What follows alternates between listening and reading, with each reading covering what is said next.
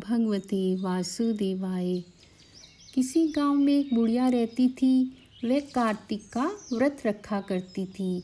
उसके व्रत खोलने के समय कृष्ण भगवान आते और एक कटोरा खिचड़ी का रखकर चले जाते। बुढ़िया के पड़ोस में एक औरत रहती थी। वह हर रोज़ यह देखकर ईर्ष्या करती थी कि इसका कोई नहीं है, फिर भी इसे खाने के लिए खिचड़ी मिल ही जाती है। एक दिन कार्तिक महीने का स्नान करने बुढ़िया गंगा गई।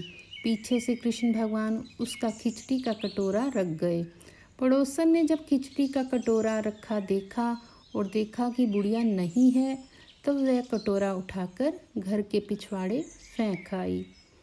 कार्तिक स्नान के बाद बुढ़िया घर आई तो उसे खिचड़ी का कटोरा नहीं मिला। वह भूखी ही रह गई। बार बार एक ही बात कहती, कहाँ गई मेरी खिचड़ी और कहाँ गया मेरा खिचड़ी का कटोरा। दूसरी ओर पड़ोसन ने जब खिचड़ी गिराई थी, वहाँ एक पौधा उगा जिसमें 2 फूल खिले।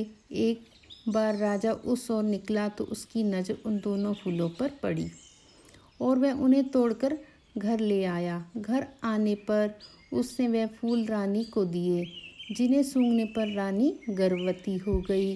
कुछ समय बाद रानी ने 2 पुत्रों को जन्म दिया। वह दोनों जब बड़े हो गए तब वह किसी से भी बोलते नहीं थे, लेकिन जब वह दोनों शिकार पर जाते तब रास्ते में उन्हें वही बुढ़िया मिलती थी, जो अभी भी यही कहती थी कि कहाँ गई मेरी खिचड़ी और कहाँ गया मेरा कटोरा। बुढ़िया की बात सुनकर वह दोनों कहते कि हम हैं तेरी खिचड़ी और हम हैं तेरा बेला। हर बार जब भी वह शिकार पर जाते तो बुढ़िया यही बात कहती और वह दोनों वही उत्तर देते। एक बार राजा के कानों में ये बात पड़ गई तो उसे आश्चर्य हुआ कि दोनों लड़के किसी से नहीं बोलते, तब यह बुढ़िया से कैसे बात करते हैं। राजा ने बुढ़िया को राजमहल में बुलवाया और कहा, हमसे तो किसी से ये दोनों बोलते नहीं, तुमसे ये कैसे बोलते हैं। बुढ़िया ने कहा, महाराज मुझे नहीं पता कि ये कैसे मुझसे बोल लेते हैं। मैं तो कार्तिक का व्रत रखती थी और कृष्ण भगवान मुझे खिचड़ी का बेला भरकर दे जाते थे।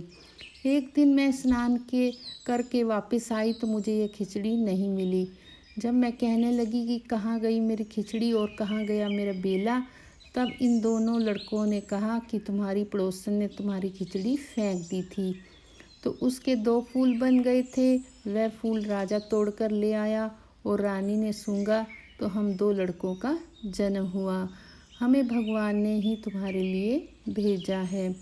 सारी बात सुनकर राजा ने बुढ़िया को महल में ही रहने को कहा।